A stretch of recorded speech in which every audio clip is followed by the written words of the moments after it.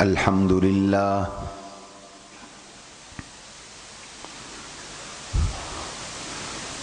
لله نحمده ونستعينه ونستغفره ونؤمن به ونتوكل عليه ونعوذ بالله من شرور أنفسنا ومن سيئات أعمالنا من يهده الله فلا مضل له ومن يضلله فلا هادي له ونشهد أن لا إله إلا الله وحده لا شريك له ونشهد أن سيدنا ومولانا محمدا عبده ورسوله صلى الله تعالى عليه وعلى آله وأصحابه وأزواجه وأتباعه وذرياته أجمعين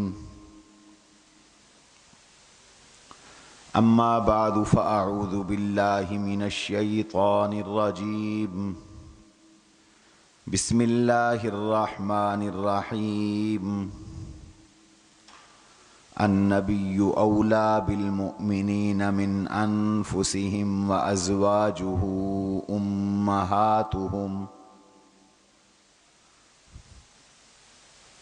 وقال تعالى إنما يريد الله ليذهب عنكم الرجس أهل البيت ويطهركم تطهيرا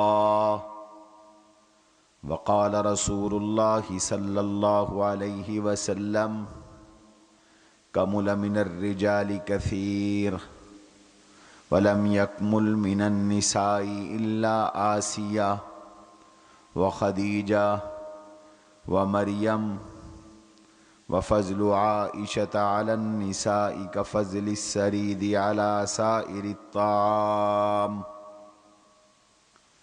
وقال رسول الله صلى الله عليه وسلم أفضل نساء العالم أربع آسيا ومريم وخديجة وفاطمة أو كما قال رسول الله صلى الله عليه وسلم اللهم صل على سيدنا ومولانا محمد وعلى آل سيدنا ومولانا محمد وبارك وسلم۔ محترم بزرگوں اور عزیز نوجوانوں، ساتھیوں، گزشتہ جمعے آپ حضرات کی خدمت میں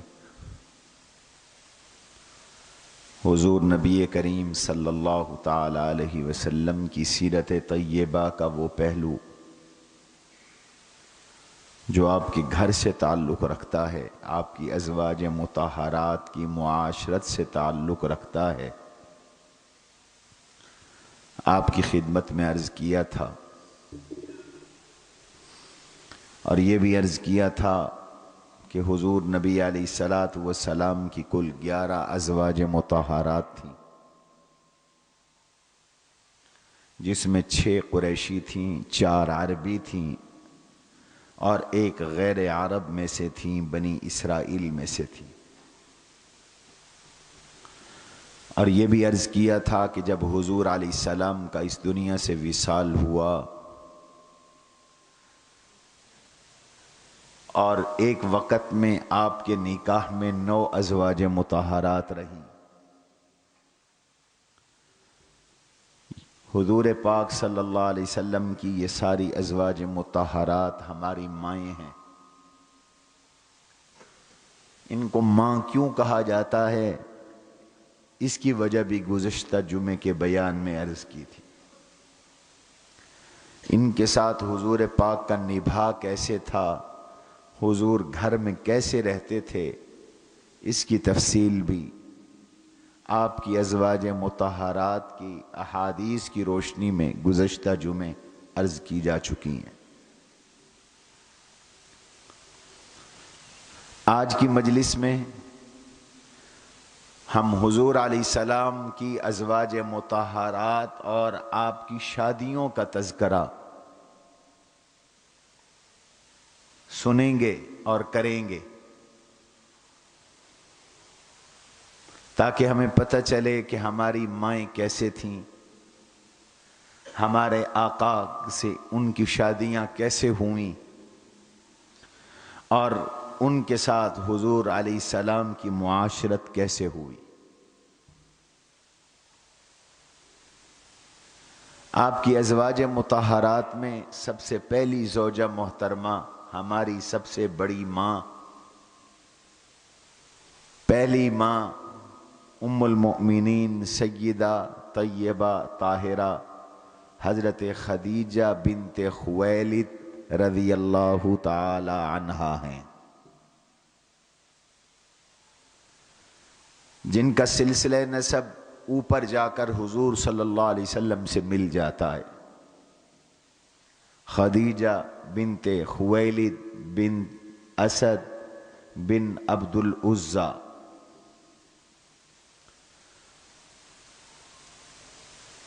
حضور صلی اللہ علیہ وسلم سے جب حضور علیہ السلام کا جب ان سے نکاح ہوا تو حضور کی عمر 25 سال تھی، ان کی عمر 40 سال تھی اور یہ بیوہ تھی۔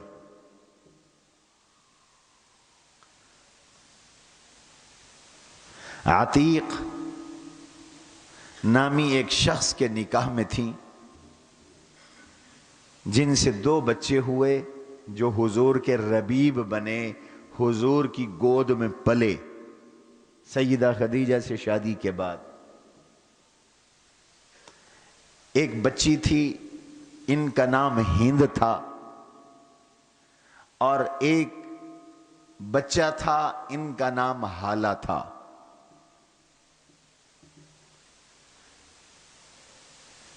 ہند اور حالہ سیدہ خدیجہ کے پہلے گھر سے 2 بچے تھے، بیوہ ہو گئی۔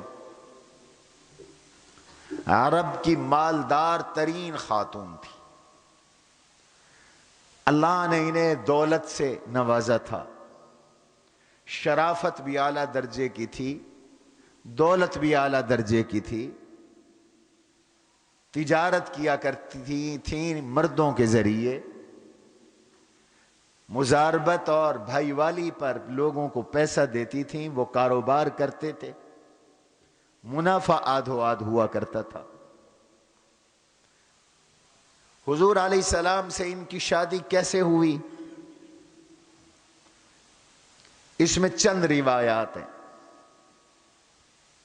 ایک روایت یہ ہے کہ حضور علیہ السلام بچپن میں، جوانی میں مزدوری فرمایا کرتے تھے۔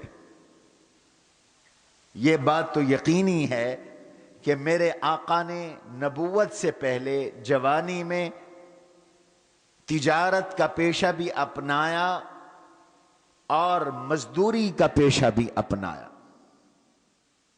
مزدوری عیب نہیں ہے، عیب ہوتی تو حضور کبھی مزدوری نہ فرماتے، ملازمت نہ فرماتے۔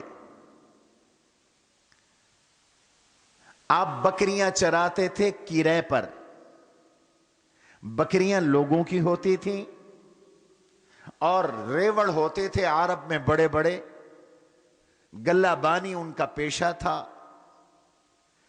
یہ جو ریوڑ ہوتے تھے بکریوں کے بڑے بڑے، ان کو چرانے کے لیے لوگ رکھے جاتے تھے، ان کو ماہانہ یا روزانہ کی بنیاد پر اجرت دی جاتی تھی، وہ جنگل میں لے جاتے تھے اور یہ بکریاں چراتے تھے۔ حضور علیہ السلام کے ساتھ ایک شریک تھے، بھائی وال تھے، یہ دونوں مل کر بکریاں چراتے تھے۔ ایک مرتبہ حضور علیہ السلام کا جنگل سے گزر ہوا تو پیلو پکے ہوئے تھے، صحابہ وہ پیلو توڑنے لگے۔ آپ نے فرمایا علیکم بالاسود، بھئی کالے کالے توڑو، یہ میٹھے ہوتے ہیں۔ صحابہ نے فرمایا حضرت یہ تو جنگل کا پھل ہے اور آپ تو شہر میں رہنے والے ہیں، آپ کو کیسے پتا چلا کہ یہ کالے پھل میٹھے ہوتے ہیں؟ تو حضور علیہ السلام نے فرمایا کنت اراعی الغنم علی قراریت، میں چند قیرات کے بدلے، چند پیسوں کے بدلے، چند پیسوں کی مزدوری پر، اور قیرات کا معنی ٹکا کیا گیا ہے، پہلے زمانے میں ٹکے ہوا کرتے تھے، پیسوں کے نیچے ٹکے ہوتے تھے اور ٹکے مل کر پیسہ بنتا تھا اور پیسے مل کر روپیہ بنتا تھا۔ 1 روپے میں ہمارے بچپن میں 16 پیسے ہوا کرتے تھے، اس لیے 50 پیسے کو ہم 8 آنا کہتے تھے۔ ہمیں 8 آنا خرچی ملتی تھی بچپن میں، 4 آنا، پھر 8 آنا، اور پھر یہ طے ہوا تھا کہ جمعے جمعے 1 روپیہ ملا کرے گا۔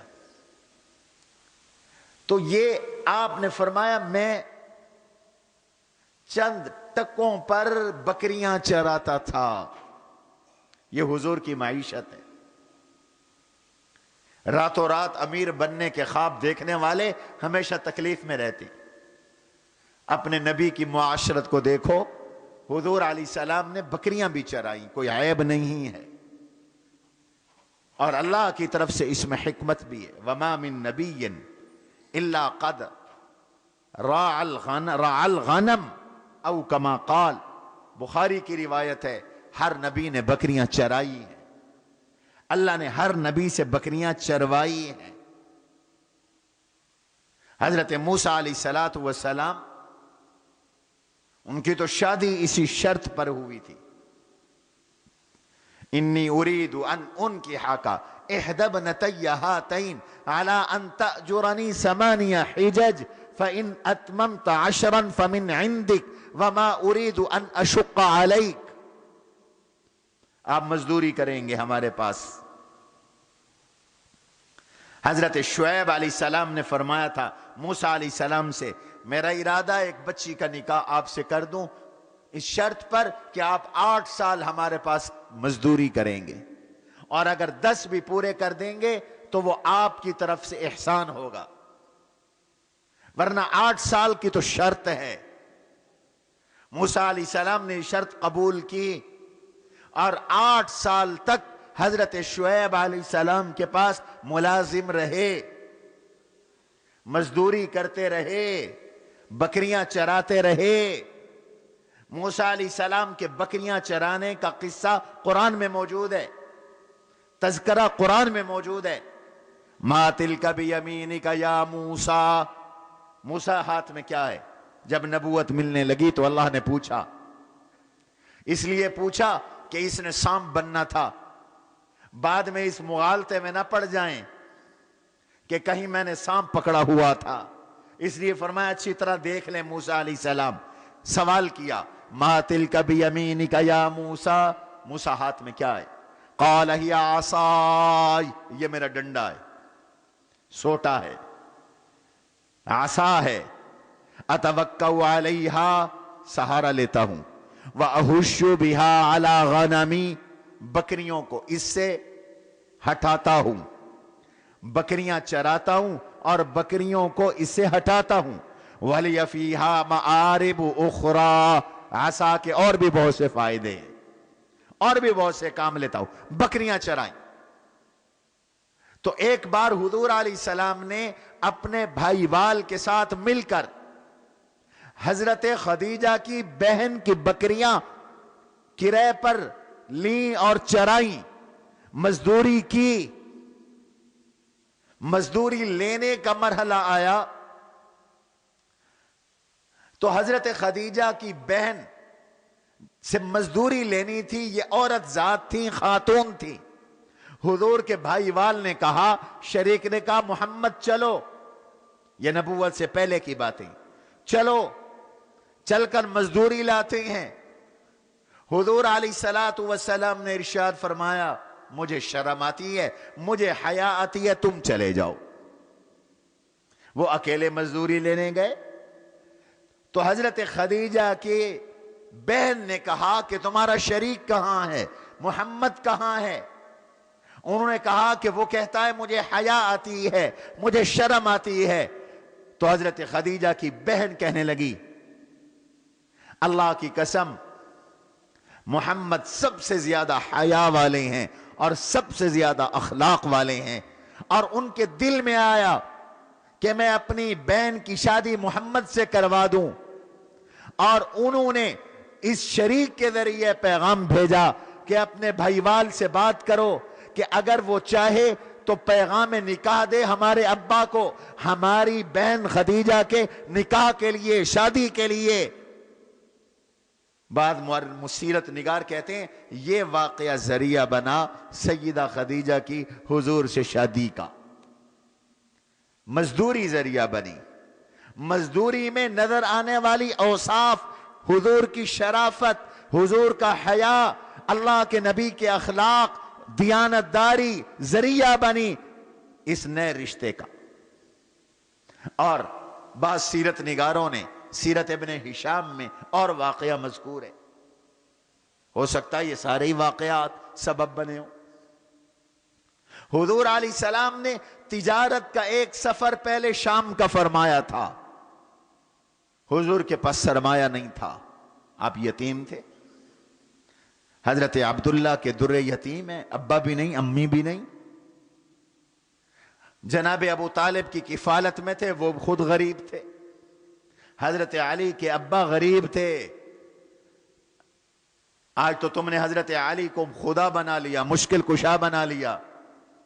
حضرت علی بھی شادی سے پہلے مزدوری کرتے رہے، ان کا مزدوری کرنا بھی ثابت ہے حضرت علی المرتضی رضی اللہ عنہ کا۔ اور مزدوری بھی کتنی جفا کشی والی۔ حضرت علی کے بارے میں نے ایک کتاب میں پڑھا، اور ہے بھی وہ شیعہ مذہب کی کتاب، اس کتاب میں نے پڑھا کہ حضرت علی المرتضی ایک انصاری صحابی کے کنویں سے ہاتھوں سے پانی کے ڈول کھینچ کھینچ کر اس کے باغ کو سیراب کرتے تھے اور مزدوری لیا کرتے تھے۔ صحابہ نے محنتیں کی ہیں، مزدوریاں کی ہیں۔ آج بے روزگاری ہے، ساتھ نکھٹو پن ہے، نوجوان گھروں میں بیٹھے ہیں، کام کوئی نہیں کرتے، توہین سمجھتے ہیں۔ چھوٹا موٹا کاروبار کرنا توہین، مزدوری کرنا توہین۔ اس لیے اللہ کی مدد نہیں آتی۔ حرکت کرو برکت ہوگی، محنت و مزدوری کرو اللہ کی طرف سے رزق ملے گا۔ اللہ نے رزق معلق کر دیا سبب کے ساتھ، وَأَجْمِلُوا فِي الطَّلَبِ وَتَوَكَّلُوا عَلَيْهِ۔ حضور نے فرمایا مجھے جبریل امین نے دل میں آ کر یہ بات کہی، ان جبرائیل نفس فی قلبی ان نفسا لن تموت حتی تستکمل رزقها۔ آدمی اس وقت تک نہیں مرے گا جب تک کہ اس کا رزق پورا نہ ہو۔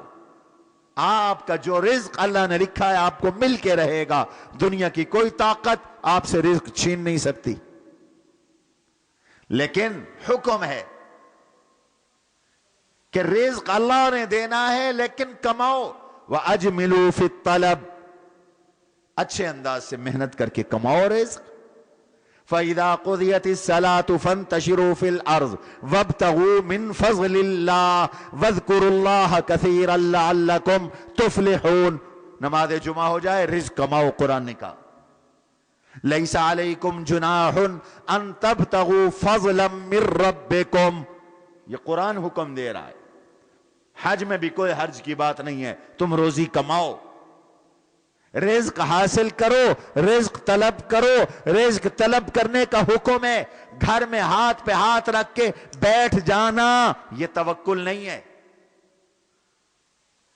میں نے اپنے مضمون میں لکھا ہے، اسی مہینے جو رسالے میں چھپا ہے، سستی اور بے بسی پر،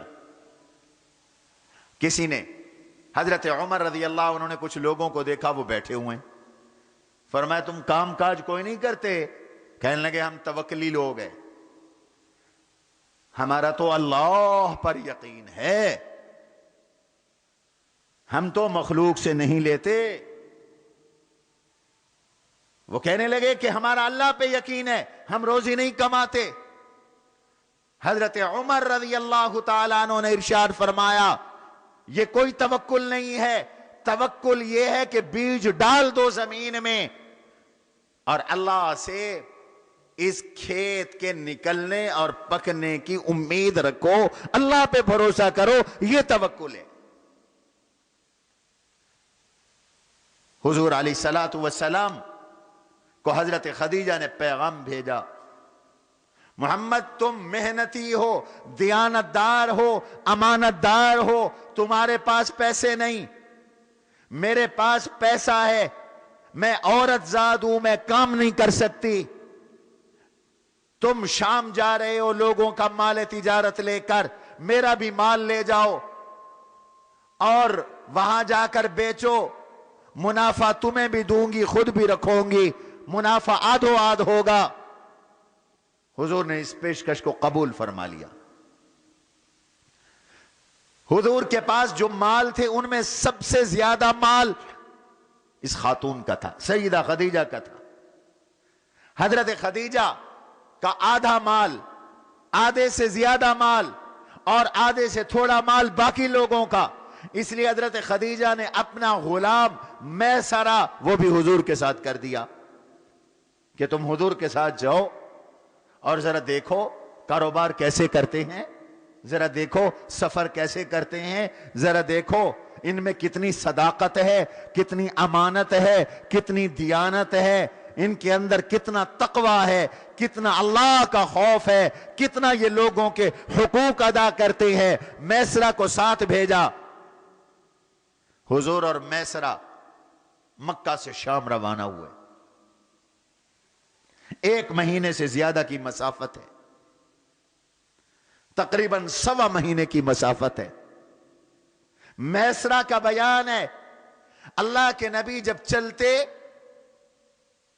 تو بادل آپ پر سایہ کر دیتا، ٹھنڈک پیدا کر دیتا، درخت آپ کو سلام کرتے، نبوت سے پہلے بھی درخت آپ کو سلام کیا کرتے تھے، پتھر آپ کو سلام کیا کرتے تھے۔ حضور نے فرمایا انی لعارف حجرا کان یسلمونی، میں اس پتھر کو آج بھی جانتا ہوں جو نبوت سے پہلے مجھے سلام کیا کرتا تھا۔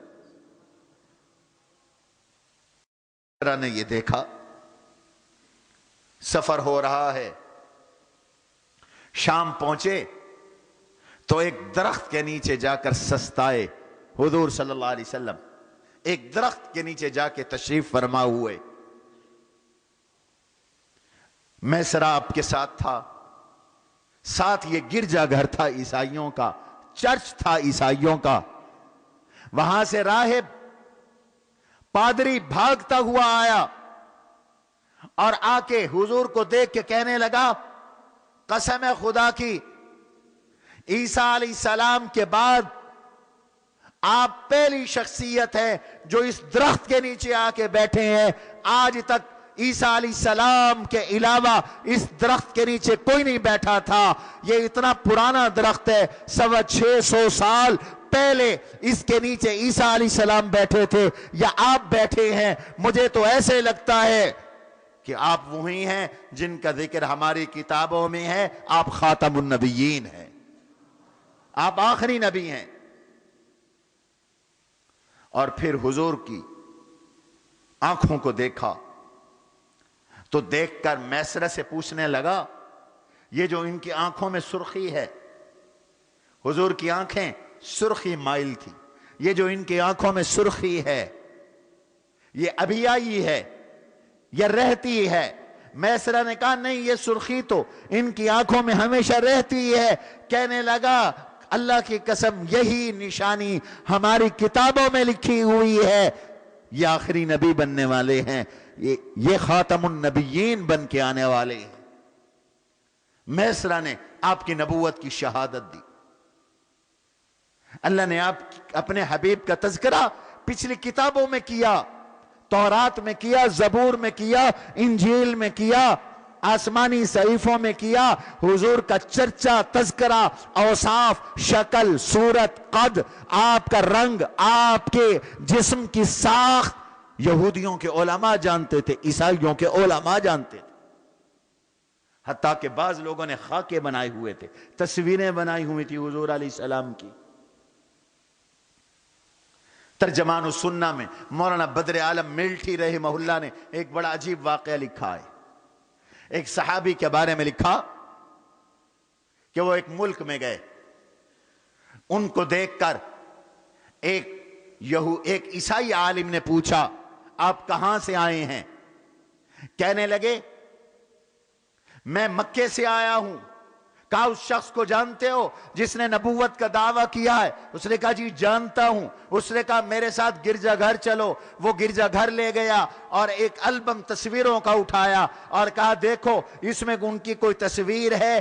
تو میں نے شروع سے آخر تک سارا البم دیکھا، میں نے کہا اس میں کوئی تصویر نہیں ہے۔ پھر اس نے دوسرا البم اٹھایا اور کہا کہ اس کو کھولو دیکھو اس میں ان کی کوئی تصویر ہے؟ تو میں نے اول سے آخر تک وہ البم دیکھا تو ایک تصویر مجھے نظر آئی حضور علیہ السلام کی، ابھی یہ خود بھی مسلمان نہیں، اور میں نے دیکھا کہ حضور پاک ہیں اور ان کے پاؤں کی ایڑی کے ساتھ ایک اور تصویر ہے، وہ ابو بکر کی تھی۔ میں نے چیخ کے کہا یہ وہ تصویر ہے اور یہ ان کا ساتھی ابو بکر ہے۔ اس نے کہا بس تو پھر تم یقین رکھو یہی نبی آخر الزمان ہیں، یہی آخری نبی ہیں اللہ کے۔ حضور اس درخت کے نیچے سے اٹھے،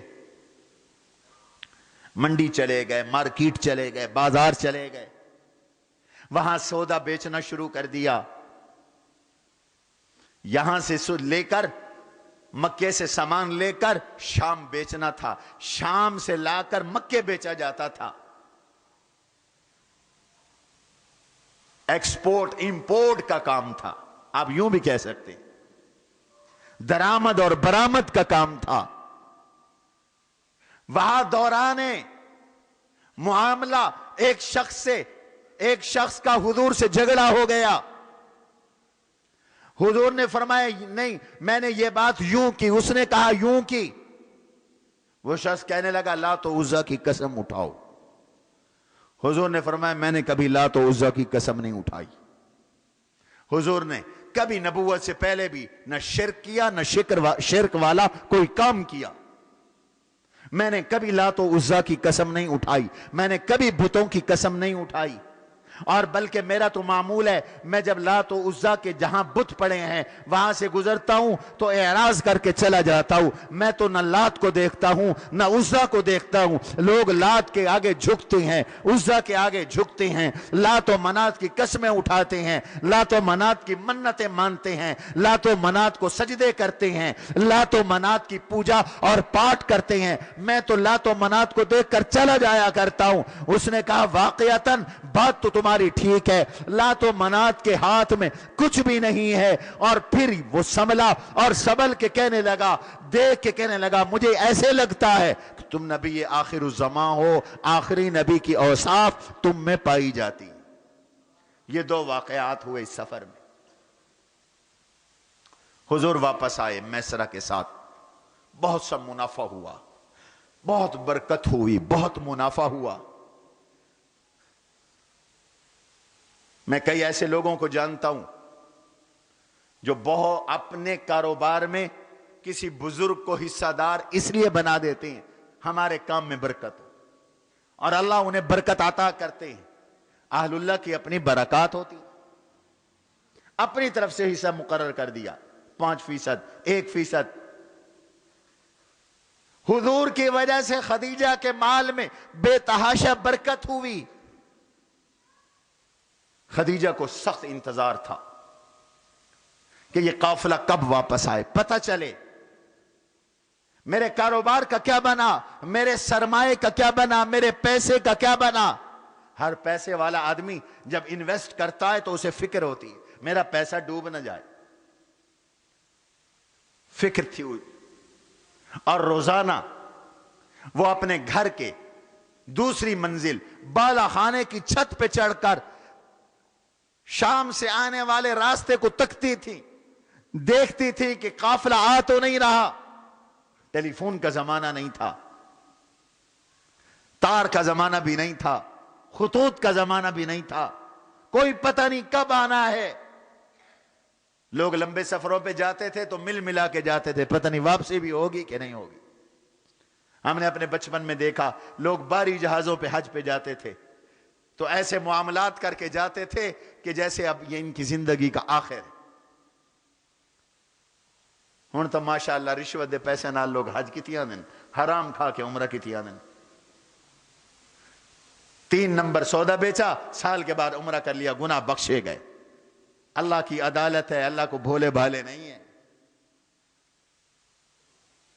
حضور نے فرمایا ہے اللہ پاک ہے، پاک مال قبول کرتے ہیں، مال حرام کا صدقہ بھی قبول نہیں، مال حرام سے عبادت بھی قبول نہیں۔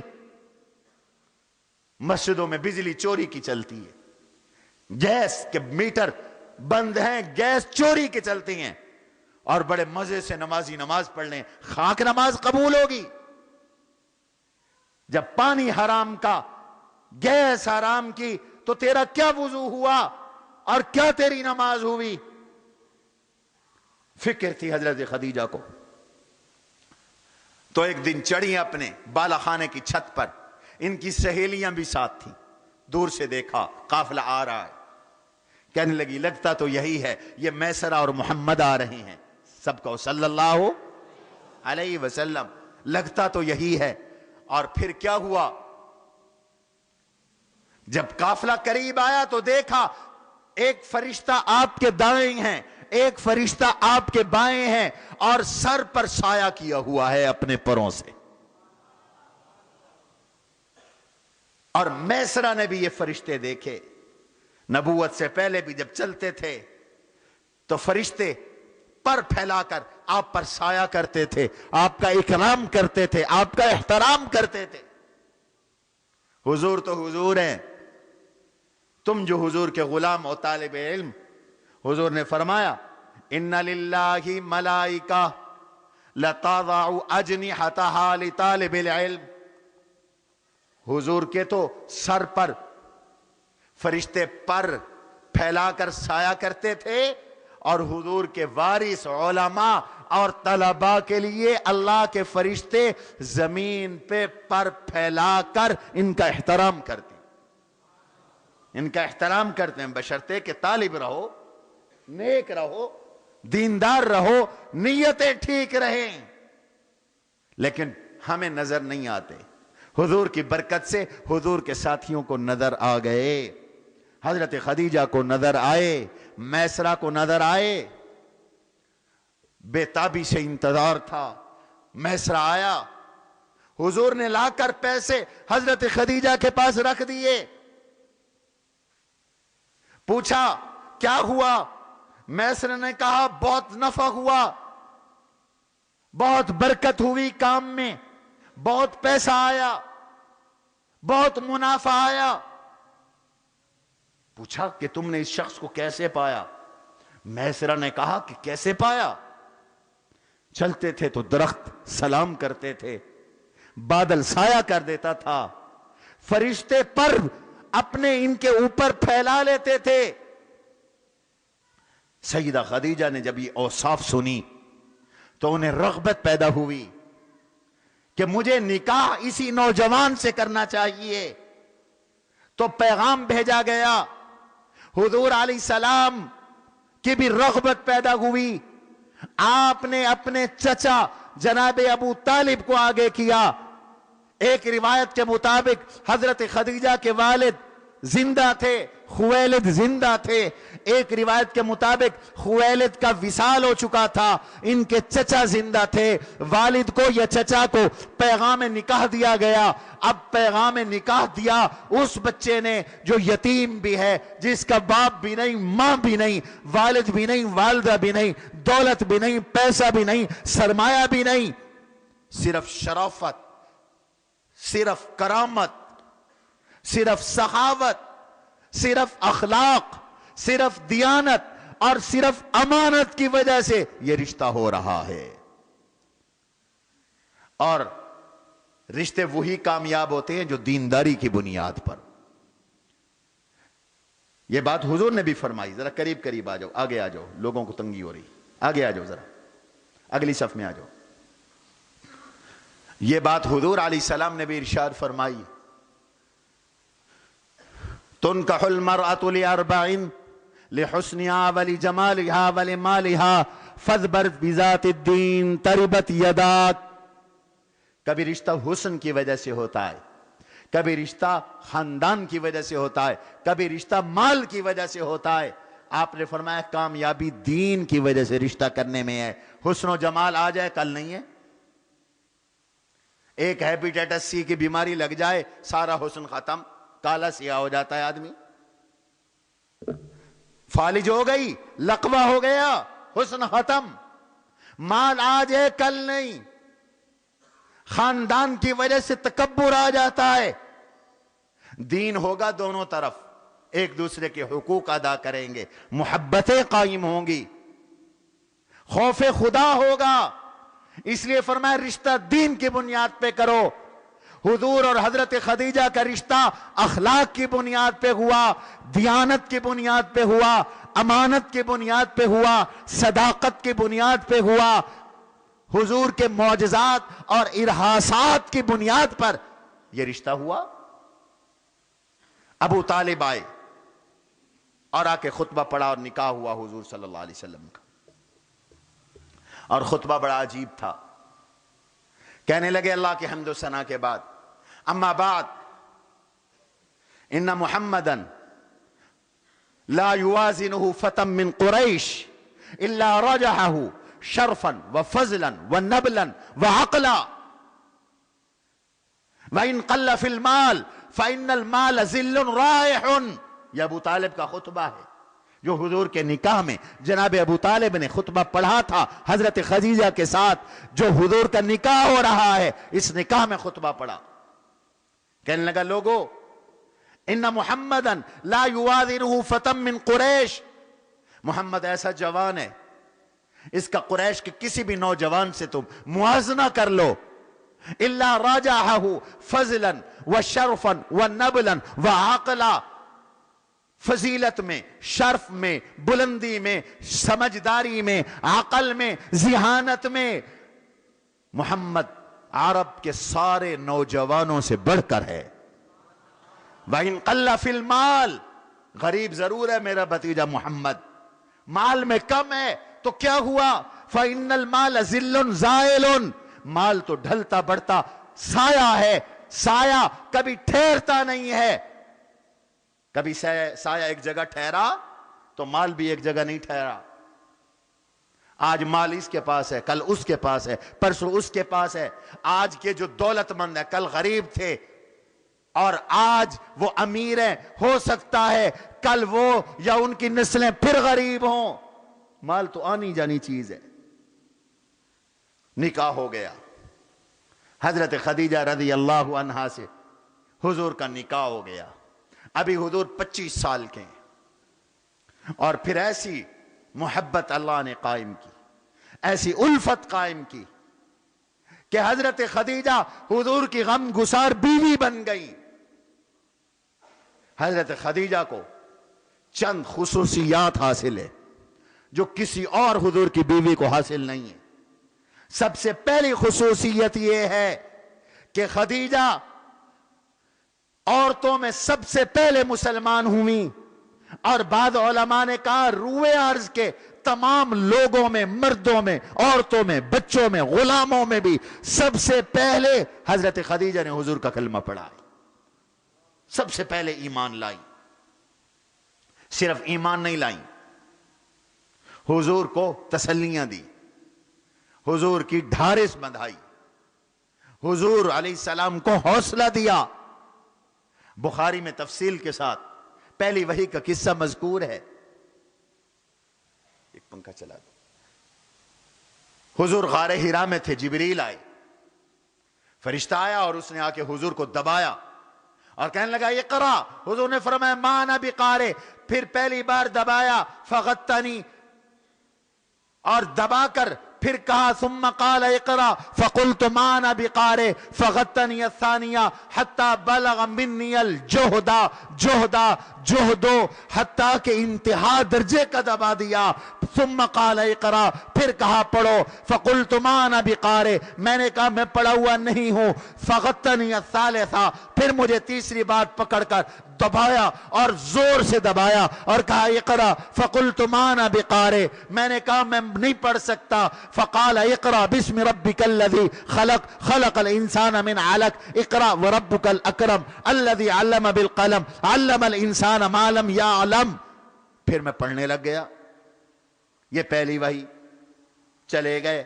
حضور واپس آئے, تھر تھر کانپ رہے تھے, پسینہ چڑھا ہوا تھا, کپ کپی لگی ہوئی تھی. آئے تو کہا زملونی زملونی, مجھے چادر اڑاؤ, مجھے چادر اڑاؤ, مجھے کپڑا اڑاؤ. کپڑا اڑایا گیا.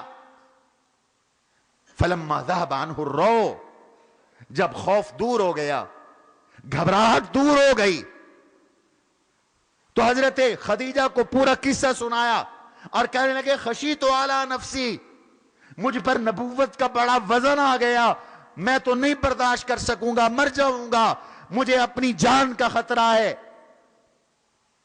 تو حضور پریشان تھے.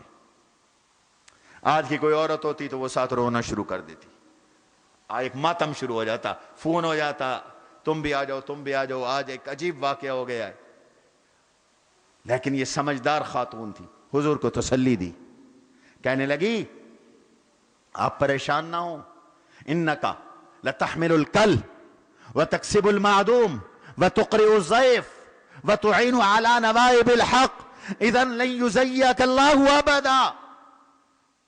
آپ تو دوسروں کا بوجھ اٹھاتے ہیں, دوسروں کو مال کما کے دیتے ہیں, مہمان نواز ہیں, دوسروں کی مدد کرتے ہیں. آپ جیسے آدمی کو اللہ ضائع نہیں کیا کرتا. اطمینان رکھے, گھبرائے نہیں. اور سب سے پہلے حضور کا کلمہ پڑھا. کب؟ ان کو ورقہ بن نوفل کے پاس لے گئی. یہ ان کے رشتہ دار تھے, عیسائی عالم تھے. ان سے کہا اسمع من ابن اخی کا, ذرا اپنے بھتیجے کی بات سنو.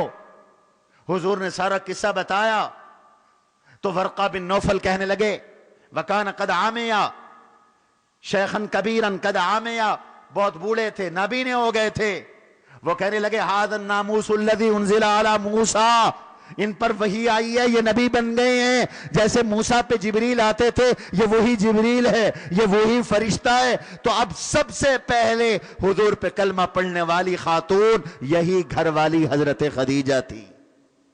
یہ ان کی پہلی خصوصیت ہے, سب سے پہلے حضور کا کلمہ پڑھا. آج لوگ کہتے ہیں اسلام عورتوں کی تعلیم کے خلاف ہے.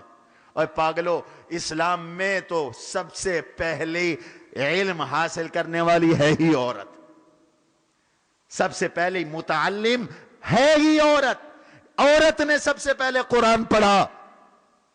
اس لیے ہم عورتوں کی تعلیم کے خلاف نہیں, ہم بے حیائی کے خلاف ہیں, ہم بدماشی کے خلاف ہیں, ہم پروفیسروں کی بلیک میلنگ کے خلاف ہیں, ہم کو ایجوکیشن مخلوط تعلیم اور بے حیائی والے معاشرے کے خلاف ہیں, ہم بے پردگی فحاشی عریانی کے خلاف ہیں. عورتوں کو تو ہم بھی پڑھا رہے ہیں اللہ کے فضل و کرم سے. ہمارے ہاں بچیوں کے مدرسے میں آپ کو پتہ ہے 500 سے زیادہ بچیاں ہیں. ایک وقت 350 بچیوں کا کھانا بنتا ہے. ہمارے مدرسۃ البنات میں یہ بچوں کو تو تم دیکھ لیتے ہو, وہ تو پردے میں ہے, تمہیں کیا پتا. 450 رہائشی بچیاں ہیں. اور درجہ کتب کے بعض کلاسوں کے 3 سیکشن ہیں, 3 فریق ہیں. ہم عورتوں کی تعلیم کے خلاف نہیں, اس لیے کہ اسلام میں سب سے پہلے کلمہ پڑھنے والی عورت ہے, قرآن پڑھنے والی عورت ہے, حضور کی تصدیق کرنے والی عورت ہے, اور وہ سیدہ خدیجہ ہے. باقی انشاءاللہ حالات آئندہ جمعے. وما علینا الا البلاغ.